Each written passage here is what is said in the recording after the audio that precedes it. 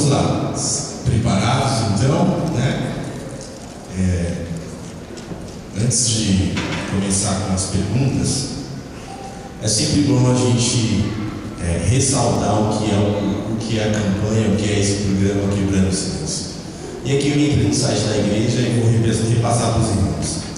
Quebrando o Silêncio é um projeto educativo e de prevenção contra o abuso e a violência doméstica, promovido anualmente pela Igreja Adventista do Sétimo Dia em 8 países da América do Sul. São eles: Argentina, Brasil, Bolívia, Chile, Equador, Paraguai, Peru e Uruguai, desde o ano de 2002. A razão da problemática sobre os constantes abusos que se apresentam dia a dia na sociedade é o silêncio das vítimas ante esses atos. Houve a necessidade de se fazer um plano que instruísse as pessoas a, primeiro, desenvolver um sentido de respeito nos relacionamentos e, 2, ter a capacidade de enfrentar essas circunstâncias. Por essa razão, para apoiar as pessoas de uma forma prática e efetiva, se lançou a campanha Quebrando o Silêncio, que é dirigida pela Igreja Adventista do Sétimo Dia e promove ações contra a violência doméstica. E a cada ano, esta campanha tem uma ênfase diferente, mas o fundamento consiste em conscientizar as pessoas sobre o respeito às mulheres, às crianças e aos idosos. Esse é o projeto Quebrando o Silêncio. Vamos para a nossa primeira pergunta, então. Eu gostaria que todos aqui dessem o seu parecer, né, sobre essas perguntas. E nós temos pouco tempo, por isso, como mediador, eu vou tentar limitar um pouquinho o tempo de vocês. Mas calma, eu não vou dar uma de William Bonner com Dilma não, tá? A gente vai, na medida do possível, controlando aqui o tempo para que vocês deem o seu parecer. A primeira pergunta que a gente elaborou aqui, eu vou lançar. Olha só, do ponto de vista jurídico, o que é a violência doméstica? E quem é o sujeito passivo e o sujeito ativo dos crimes domésticos? A mulher que não denuncia o agressor pode ser considerada coautora? Vou repetir. Do ponto de vista jurídico, o que é a violência doméstica? E quem é o sujeito passivo ou sujeito ativo? Ou seja, quem é a vítima e quem é o agressor? E por último, né, uma questão aí de brinde ali, a mulher que não denunciou o agressor, ela pode ser considerada coautora, ou seja, participante do crime? Assim, didática, violência é toda aquela forma de agressão que vai contra a sua liberdade, o seu respeito, uma falta de respeito, não é? Então, é você atingir o outro na esfera que ele mais se defenda, que ele mais se proteja. Então, a esfera que ele protege é a dignidade.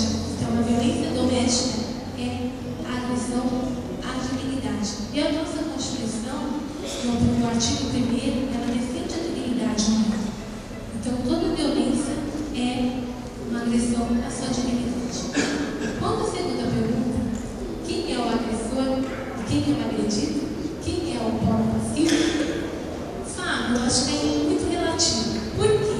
Muitos falam que pode ser a mulher. A violência doméstica, a maioria das vezes, é a mulher, não é? Mas também nós temos a violência doméstica como o polo passivo, a criança, o idoso, a mulher e também o homem.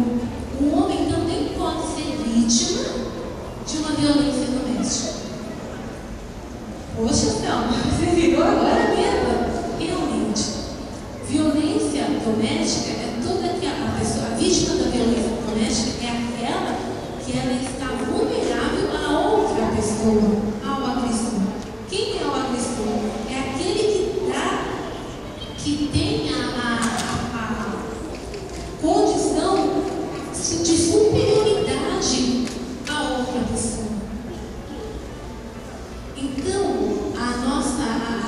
por que eu falei do homem? Porque a maioria das vezes é a mulher. A gente ouve falar muito da questão da mulher. Por quê? Porque o homem acaba sendo mais superior. Tem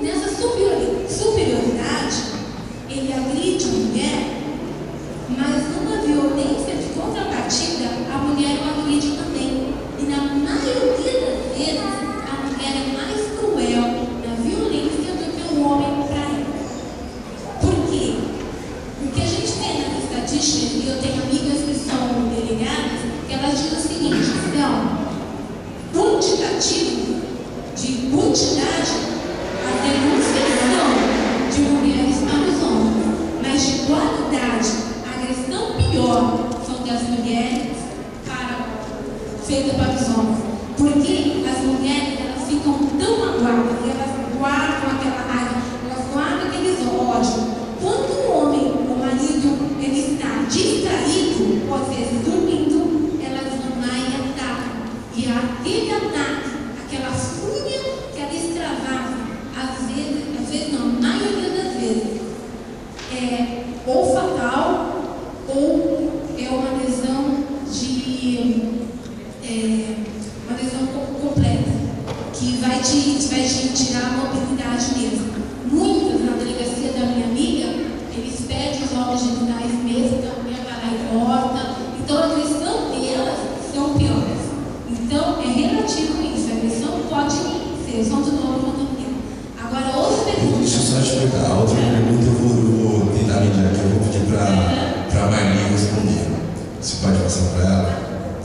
Vou pedir para ela. Obrigado, viu, Selma, pela participação.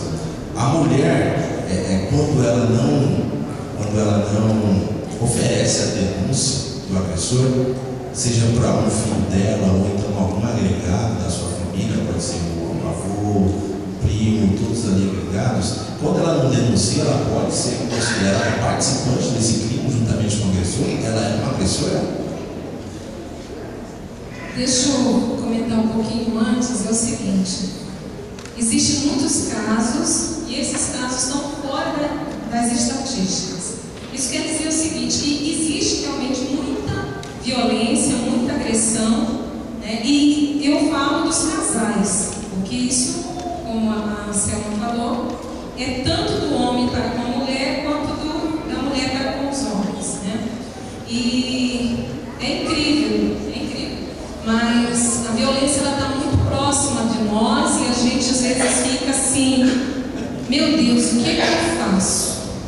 Numa das nossas igrejas, ao lado, tem um casal que a gente sabe que eles estão com uma dificuldade tremenda.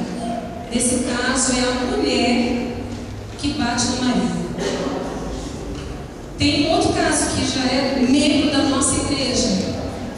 E a gente sabe que eles enfrentam realmente uma dificuldade tremenda no seu lar, em que muitas vezes a gente também não está lá para ver, não sabe se de alguma forma ela contribui, mas a gente sabe que ela já chegou na igreja muito machucada, fisicamente. E aí vai, né, psicologicamente, tudo. É uma situação realmente muito complicada. Muitas vezes a gente acha que pode até ser culpa da vítima, né? A gente também não está lá para saber realmente os detalhes, o que motivou, mas o certo aí já direcionando para a sua pergunta, como não chega ao conhecimento das autoridades e nem do Poder Judiciário, né? Não pode ser considerada, né, coautora por as vias, né, delegacia da mulher, os outros órgãos competentes não têm nem conhecimento dessa agressão. Então não existe no mundo jurídico, né? Existe na nossa realidade, mas não existe e nem entra em estatística, e portanto ela nem pode ser considerada coautora. Mas existe também, a gente sabe, do princípio daquele que é omisso. A omissão também é crime, né? Aquele que se omite, né, também pode se enquadrar em um dos artigos da lei, né? E ainda mais agora, né, com a lei da Maria da Penha, em que realmente ela veio, vamos dizer assim, suprir ou então amparar, né, as pessoas que são vítimas, né? Porque agora eu não posso dizer a mulher, né, mas as pessoas que são vítimas, né? Então eu entendo, esse é meu posicionamento, em que por muitas vezes elas não estarem, né, dispostas, e aí eu falo mesmo, a sensação de vergonha, de medo, de retaliação. Isso impede muitas vezes de da vítima realmente chegar aos órgãos competentes e denunciar. E a igreja, ela tem que se posicionar. Nós somos líderes, a gente precisa se posicionar com relação a isso. Se está havendo realmente alguma dificuldade nesse sentido com os nossos membros, nós, como servo de Deus, entendendo da verdade, a gente precisa orientar, sim, esse casal, essa família, de que eles precisam, sim, pregar a Deus, mas tomar uma posição de deixar essas práticas. Eu vou aproveitar a pergunta e direcionar para a Ana Paula, que é profissional da saúde, enfermeira. Ana Paula, no local onde você trabalha, qual que é a grande porcentagem de pessoas vítimas da violência doméstica? São crianças? São mulheres? São idosos? Eu trabalho na rede pública e, infelizmente, o índice maior é das crianças na área. A gente tem casos que acabam entrando dentro da estatística, porque o Conselho Tutelar acaba sendo acionado, e outros casos que a gente não consegue, através da avaliação clínica e outras coisas mais, direcionar para o Conselho Tutelar. Então, as crianças, elas acabam sendo uma vítima maior, tanto porque a maioria dos agressores faz parte do elo familiar, ou de ligação direta, o pai ou a mãe, ou o irmão, ou uma ligação não tão direta, um tio, um primo, uma pessoa íntima da família, na qual a criança, com uma idade pequena, acaba ficando acuada pelas ameaças, ou se não, pela própria ingenuidade dela, ela não sabe o tipo de violência e agressão que ela está sendo submetida. Então, ela sabe que há algo de errado, ela tem medo de passar isso para frente e continuar sendo vítima. E qual que é a orientação, qual que é o posicionamento do profissional de saúde, da saúde, quando ele recebe essa vítima da agressão, quanto ao atendimento, como também a informar o Conselho Tutelar, quem sabe ali uma delegacia, qual que é o posicionamento do profissional da saúde quanto a isso? Ele pode intervir, como é que é o posicionamento dele? Na realidade, de acordo com a lei, vai ter aí a avaliação física realizada pelo próprio médico. Tem tudo isso, é feita uma perícia, o Conselho Tutelar é acionado. Antes mesmo da perícia, o Conselho Tutelar é acionado para conseguir levantar informações e acompanhar essa família mais perto. E logo depois dessa situação, essa criança, dependendo daquilo que for levantado, ela fica sob a guarda e fica aí recebendo um atendimento clínico o tempo que for necessário. Depois ela é direcionada ou para alguém da família ou para algum abrigo para que ela possa estar protegida dessa pessoa que tem causado a violência sobre ela. Só para completar o que a Ana Paula falou, e também a Moni, é o seguinte, da omissão. Realmente a omissão para casal não vai implicar tanto na área jurídica. Você coatora não vai implicar tanto. Mas no caso de crianças e idosos, aí sim é coautor.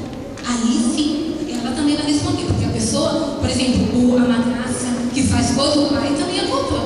Porque ele está lá, ele está ciente e não tomou a posição. Não tomou a posição. Ele é conhecedor, então ele vai ser chamado e vai ter as mesmas penas. Por isso que a gente vê na mídia, quando acontece algo, a maioria do padrasto ou madrasta, elas vão para a cadeia e o pai também. Entendeu? Com certeza. Então, nesse caso, existe sim coautoria de pai. Obrigado. Pode falar. Só um detalhe em relação à omissão. Nós temos que lembrar também é o seguinte: a partir do momento em que eu me omito, eu estou reforçando o comportamento.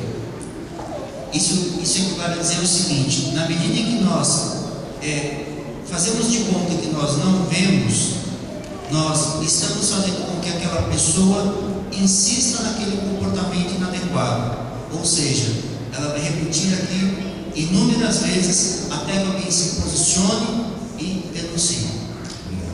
Eu vou direcionar agora a pergunta para a Nice, ela que é da área pedagoga.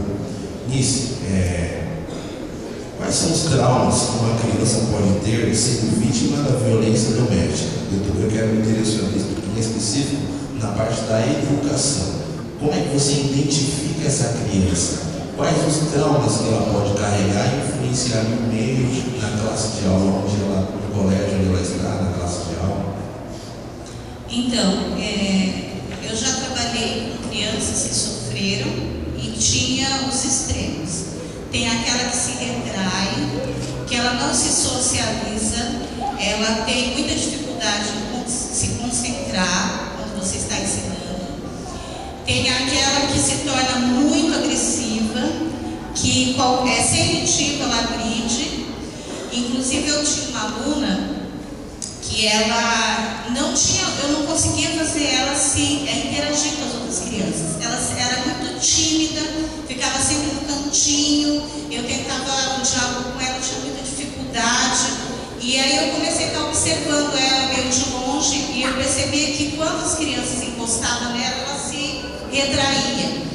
E aí um dia estava assim, o sol muito quente, daí eu falei assim para ela: Isabela, vamos tirar essa blusinha, né? Você está com duas blusinhas, a professora vai deixar você com uma blusinha mais fresquinha, você vai se sentir melhor. E ela começou a se encolher toda. Quando eu fui trocar a blusinha dela, ela tinha muitas marcas de queimadura de cigarro nas costas.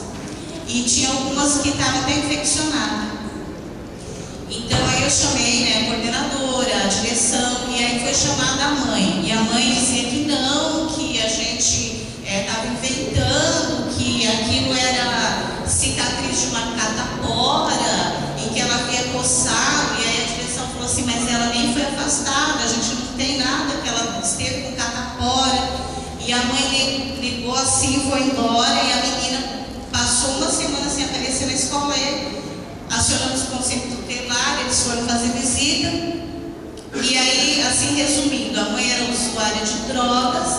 E toda vez que a menina, quando ela estava assim, com problema das drogas, a menina chorava, que estava com fome ou chorava por algum motivo, ela ia e queimava a menina. E ela perdeu a guarda foi passada para a mãe. Só que assim, complicado, porque a direção depois começou a receber ameaças, furava o pneu do carro, deixava bilhete escrito, e a professora, a direção teve até que ser transferida porque ela estava correndo risco de morte também. Então isso faz com que as pessoas intimidam às vezes a tomar uma atitude. E as crianças dependem 100% de um adulto para defendê-las. Essa criança que está sendo agredida, que não tem um acompanhamento, eu posso colocar ela como um dos índices futuramente de como futuros agressores? Com certeza isso acontece, porque a gente está trabalhando agora também com um menino que ele agride muito. Ele é muito agressivo, assim, ele chega do nada e bate, ele chega do nada e dá soco, morde. E aí a gente começa a conversar, mas por quê? Esses dias eu ainda falei assim para ele: com quem você está aprendendo a fazer isso? Se os seus amigos te tratam bem, todo mundo te trata bem, você não pode fazer isso com o seu amiguinho, o que está acontecendo, não sei o quê. Ele virou para mim e falou: meu pai faz, ele tem 5 anos. Então ele já está sinalizando que ele está sofrendo ou com a mãe ou com ele, assim, hematomas, essas coisas a gente não tem. Então a direção já está chamando os pais para depois, futuramente, chamar o conselho, né? Porque tem toda uma etapa que a gente tem que seguir até chegar no caso assim da criança sair desse meio. E muitas vezes demora, e essa criança às vezes fica com sequelas assim para o resto da vida, principalmente na aprendizagem mesmo. Eu vou passar a pergunta agora para o David. David, do ponto de vista psicológico, por qual motivo o homem, na grande maioria, é o agressor nos crimes de violência doméstica? De uma forma bem simplista, nós poderíamos dizer o seguinte: ele se prevalece da força física, em geral. Na verdade, ele acaba se prevalecendo disso tanto com a mulher quanto com a criança. Isso faz com que, por uma questão realmente de se sentir dominante na situação, ele acaba partindo para a agressão física. Por outro lado, aqui o professor bem colocou, a mulher ela acaba realmente tendo uma característica da agressão moral, ou seja, é justamente poder pegar todo aquele conteúdo que ela tem guardado e realmente fazer com que ele se sinta humilhado, se sinta rejeitado perante as pessoas. E isso ela faz no âmbito tanto familiar quanto no âmbito social também. Agora, eu queria só aproveitar e complementar uma questão em relação à pergunta que você fez ainda há pouco. O que nós precisamos entender também é o seguinte: a pessoa que é vítima de uma agressão, ela tem tendência também a repetir esse comportamento. Ou seja, uma criança que hoje ela foi agredida, que foi abusada, ela tem a tendência no futuro a também reproduzir esse comportamento. Ou seja, se ela foi vítima de um abuso, seja ele qual for, ela vai no futuro, se ela não for tratada de forma adequada, se ela não for acolhida da forma adequada também no seio familiar, ela tem a tendência a reproduzir esse comportamento um dia mais tarde. Sim. Nós estamos falando muito de violência doméstica e formas agressivas de bater, mas existem outras formas de agressão e de violência: a psíquica, a moral, a afetiva, né? E uma violência que está muito camuflada e a gente nem se percebe que aquilo é uma violência, é desapreciar o outro, desapreciar o seu cônjuge, você chantagear a pessoa que você está convivendo, seja ele idoso, a criança, chantagear, desapreciar, não dá certo. Então a gente tem que tomar muito cuidado em questão de ampliar, de só pensar que seria bater a agressão física. Não é, ela vai muito mais além do que isso. E todas essas violências, elas são passivas não, vou achar outra palavra, elas são protegidas pela lei, todas elas. Se você está sendo chantageado moralmente, se você está sendo desapreciado, se estão te humilhando, né, você pode realmente pedir socorro aos órgãos públicos. Obrigado, senhor. Irmãos, nós vimos aqui, quanto à violência doméstica, vários aspectos. Nós vimos o posicionamento jurídico, nós vimos o posicionamento pedagógico, o posicionamento quanto ao atendimento à saúde e psicológico.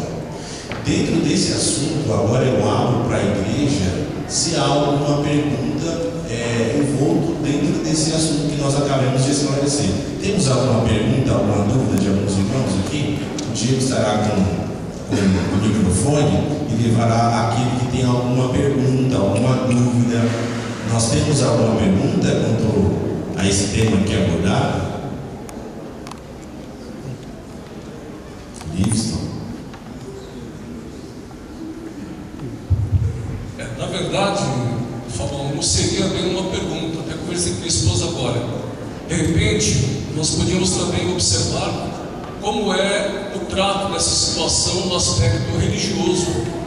Então, por exemplo, nós como anciãos, invariavelmente nós somos chamados dentro de casas da igreja, de lares, onde tem ocorrido essa variedade de agressões, seja ela no aspecto físico ou também no aspecto moral, no aspecto emocional. E já passamos por situações assim muito delicadas, porque a igreja, ela não tem assim, ela não pode investir num posicionamento efetivo, dizer, por exemplo, um casal que está se socando ali, melhor separar, isso é absurdo. E no entanto, você talvez no primeiro momento veja que talvez não haja uma outra solução que não seja aquela. E nós já vimos situações assim. Então era interessante também que a igreja considerasse até essa possibilidade, talvez no aspecto religioso, o trato para com esse assunto, no aspecto de como é que a liderança, o acionado, o pastor, está lidando com esses casos que são uma realidade hoje dentro da nossa igreja. Tem muitos casos assim. Isso é verdade. Acrescentando, porque nós somos, se não me engano, a única igreja que levantamos esse projeto, o objetivo principal dele não é simplesmente levar essa informação para a nossa comunidade, é apresentar essa informação para a nossa igreja. Nós fazemos parte da sociedade. O mal que está na nossa sociedade, infelizmente, tem atingido a nossa igreja. Nós temos muitas famílias, muitos lares, muitas crianças, muitos casais que têm sofrido desse mal. E esse projeto, ele tem como objetivo quebrar os freios da nossa igreja, trabalhar essa ferida que tem maculado a igreja de Deus. E a partir do momento que a gente conseguir trabalhar com a nossa igreja, com os problemas que têm acontecido dentro da nossa igreja, a gente vai conseguir trabalhar com esse problema que está aí no mundo. Então, assim, esse projeto tem como objetivo auxiliar a nossa igreja, os nossos irmãos, as nossas famílias, referente a como agir. Né? A gente às vezes tem medo porque nós estamos na igreja e aqui nós colocamos o terno, a sainha e vivemos a igreja. E quando chegamos em casa, a realidade é outra. Então nós temos alguns casais, infelizmente, dentro da nossa igreja que vivem isso. Algumas mulheres e alguns homens que não estão mais participando por conta dessa violência. Então esse projeto já tem algum tempo, mas agora a gente tem a oportunidade de quebrar o silêncio. E o projeto ele tem como objetivo também ir até essas pessoas e mostrar os meios e principalmente mostrar que para que essa ferida seja curada é necessário o relacionamento íntimo com Deus, porque não há terapia nenhuma, nem medicamentosa maior do que a presença de Deus nessa família. Amém, obrigado. Temos mais alguma pergunta ao adicionar? A Núbia? Eu tenho uma dúvida, porque foi falado sobre crianças. E quando um adolescente está com sequelas psicológicas de agressões físicas ou rejeição, e ao longo dessa vida não foi tratado, como chegar nesse adolescente que ele está fechado, ele não quer se abrir e não existe possibilidade, sim. Eu queria saber de que forma chegar no adolescente que já tem sequelas. O David responderá para nós. Núbia, nesse caso, a melhor forma é você fazer com que esse adolescente se sinta acolhido. A partir do momento em que ele se sentir acolhido, é onde você vai poder começar a ter um canal de comunicação, para que a partir daí você possa começar a fazer com que ele identifique que ele tem um problema e que ele precisa de ajuda. Este é o caminho. Você fazer com que realmente ele se sinta acolhido, mas de uma forma natural. É um processo muitas vezes longo, que requer muita paciência, muito esforço e muita dedicação. Porque a grande questão que você tem aí também é o seguinte: uma vez que ele foi agredido, ele tem incutido dentro da cabeça dele mais ou menos a seguinte ideia: quem me garante que eu não vou ser novamente mais uma vítima desta pessoa também? Então é um processo árduo, mas requer muita paciência, muito carinho, muita dedicação, muito empenho. Mas o caminho é justamente esse, certo? Obrigado, David. A gente tem só uma pergunta. O irmão Wilson lá atrás, quem poderia levar o... Você quer fazer mais? Então tá bom, duas, viu, irmãos? O tempo é pouco, quem sabe a gente programa uma outra. Queridos, gosto muito do David, um homem muito iluminado por Deus, e já conversamos muito sobre vários assuntos, e eu sei que ele tem uma competência, é um presente de Deus. Eu queria que você dividisse com todos nós aqui duas questões. Como lidar com a indiferença de marido para com a esposa, quase um desprezo, e de esposa para o marido. Outra, se a indiferença para algumas pessoas causa violência, como resposta. Já rasgado que casal são dois, na verdade? Sim. Bom, em primeiro lugar, eu quero agradecer as suas palavras, tá? E quero dizer o seguinte: até fazendo um link com o que o Livingston havia dito anteriormente, o que nós temos que entender é o seguinte: o grande problema é que a situação entre o casal, muitas vezes, ela acaba se arrastando por anos, até que de repente eles identifiquem que está havendo algum problema e que eles sozinhos não estão conseguindo lidar com isso, tá certo?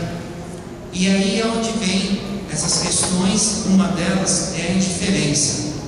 Então, cabe aí nesse momento a humildade de reconhecer que precisa de ajuda, falar: olha, nós sozinhos não estamos tendo condições de equacionar essas questões que nós estamos vivenciando e nós precisamos de ajuda. Que tipo de ajuda é essa? Pode falar. Você deixou um gancho que eu vejo muito real. Você falou que problemas de diferença que vão se arrastando aí, todo mundo tem boa vontade. Só engrossa mais um pouquinho. Todo mundo que se ama tem boa vontade de melhorar o mundo. Aí eu pensei, não há encontro de casais que resolva um casal que é indiferente. Já é outra. Já está fugindo já do nosso campo. Mais que, graças a Deus, não é comigo, não sei com ninguém que indiferença gere violência. Mas já escutei histórias de homens que, pela indiferença da esposa, e tem um amor doentio tão grande que ele passa a retribuir com violência. Eu fiquei assim, uma coisa meio doentia. Aí a gente já pode entrar nesse caminho. Sim, mas na verdade a própria indiferença ela já se caracteriza como uma violência, não é? Porque a partir do momento em que o meu cônjuge, eu estou tratando ele com indiferença, é uma forma de eu agredi-lo de forma emocional e psicológica. As mulheres aqui têm alguma coisa a acrescentar sobre essa questão? Não? Podemos partir para a segunda e última. Não quer mais? É só uma, hein? Pode fazer. A Kelly vai fazer em particular para as advogadas. Então tá bom. Eu queria ainda comentar dentro do que o Leviston comentou, que eu acho muito importante. Porque geralmente na igreja a gente é educado o aconselhado a não denunciar. E geralmente se encobre muito a violência para não ter escândalo, e acontece muito de acontecer várias vezes a violência até que se denuncie ou não se denuncie. E eu acho muito importante a denúncia na primeira agressão. E eu conheço casos de pessoa que foi agredida a primeira vez, denunciou e se posicionou como um cidadão, como um ser humano, né? E exigiu o respeito do cônjuge e voltaram então a se entender, né? Porque o cônjuge reconheceu que o outro era um ser humano digno de respeito. Eu gostaria de saber, vou pedir para a Marli, como pastora nossa também, qual a posição assim mesmo da igreja, o que você aconselha? Olha, é um assunto muito delicado, não é fácil, né, porque muitas vezes envolve não somente casal, mas envolve filhos e ainda menores. E é uma situação realmente que a gente fica, parece de mãos atadas, né? Mas eu falo uma coisa, isso deve ser sim falado, em particular com o casal, com a família que está enfrentando esse tipo de situação. Pedir um posicionamento para que eles possam, sei lá, se estão precisando de um aconselhamento psicológico ou, quem sabe, espiritual, que seja suprido isso. Mas a igreja, como eu falei antes, ela precisa se posicionar.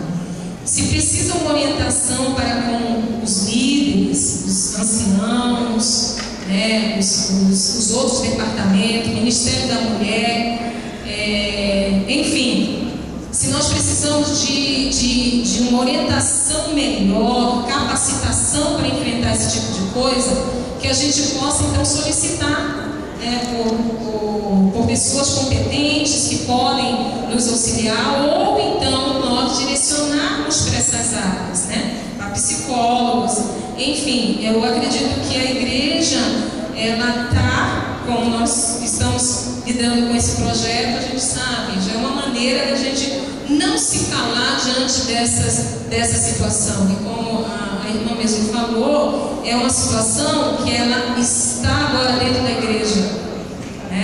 A gente não gostaria que essa realidade fosse aqui, mas infelizmente ela está.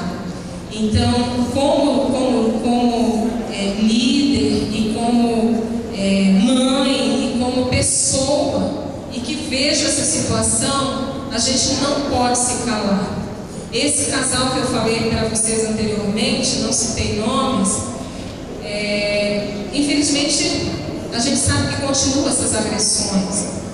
Nós já conversamos com o casal, nós já fomos lá diversas vezes, né? E muitas vezes, ele, no caso, ele fica com um sorriso, sabe, assim, disfarçado. A gente fala: para com isso, rapaz. Olha o que você está fazendo. Olha a sua filha. A filha dela, infelizmente eu cuido. E eu sei que ela é uma menina muito retraída, muito tímida, ela não consegue muito falar. Então isso realmente reflete nos nossos filhos, nas crianças. Existe um princípio, né, que eu falei do exemplo de manhã, e é verdade, porque isso tende, às vezes inconscientemente, a se repetir nas próximas gerações. E aí vem, né? Agressor o pai e a mãe, daqui a pouco são os filhos que têm filhos dos filhos.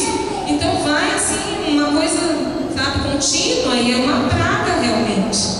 Então eu considero que a igreja, precisa se reunir com os líderes e falar: olha, a situação é essa, muitas vezes a gente não está capacitado, mas o que a gente pode fazer? E como comissão de igreja, propor algumas ideias, algumas soluções para que a gente possa também atingir de forma positiva para que aquele casal possa ser realmente resgatado. Obrigado. Eu já vou aproveitando que pode passar para a Marlene, nós já estamos terminando. Eu vou pedir para que cada um deixe uma última frase de conselho para a igreja, para aqueles que estão aqui ouvindo, uma mensagem de conselho e de orientação, e assim a gente já termina o nosso ciclo. A irmã não quer aproveitar, já pode deixar um conselho, orientação. É que se eu começar a falar demais, já vai virar vigília, né? Mas é só meio segundo só, viu? Agora você William, entendeu? É só meio segundo. Como eu falei de manhã, Deus sabe todas as coisas, Deus conhece a vida de cada um de nós. E Ele está pronto, de braços abertos, para nos receber. Se sabemos que existe esse tipo de dificuldades nas famílias, e as famílias, logicamente, vai ser refletido isso na sociedade, nós precisamos mais do que nunca nos posicionar de forma realmente a quebrar o silêncio. Não de forma desordeira ou sem propósito, mas sim de orientações para que verdadeiramente as pessoas possam ver a nossa igreja um diferencial tremendo. Nós temos o poder de Deus conosco, mas a gente precisa sim fazer a diferença com aqueles que a gente lida, mas de forma muito espiritual. Muitas vezes a gente até se omite ou nem quer chegar próximo porque nós não estamos realmente alicerçados para falar alguma coisa. Irmãos, nós precisamos sim mais joelhos dobrados e mais nos alimentarmos da palavra de Deus para sermos luzes a este mundo. Bem, eu acredito que esse é um momento de apelo, né, para nós, no sentido de nos humilharmos diante de Deus e apresentar a Deus, que é a autoridade maior para nós, os nossos pecados.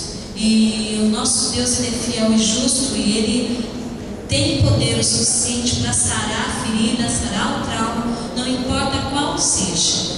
Não importa qual seja o trauma, a ferida ou o pecado. Então, este é o momento de quebrarmos o silêncio diante de Deus e se humilharmos para que possamos receber esse Espírito, essa dádiva de transformação e cura. Então, acredito que esse programa ele vem trazer essa oportunidade para nós todos cristãos. Obrigado, Paulo. Eu ia responder para o Livingston e para Dilma a seguinte fala, que a campanha Quebrando o Silêncio, e tem outras, né, é de conscientização. A igreja está conscientizando seus líderes. Agora, o que cabe à igreja é a prevenção. A partir da conscientização vem a prevenção. Então, Deus nos deu esse privilégio nessa campanha. Então, a partir de então, a prevenção. E a prevenção vem com o que Deus nos dá, que são profissionais que eles colocam à nossa disposição.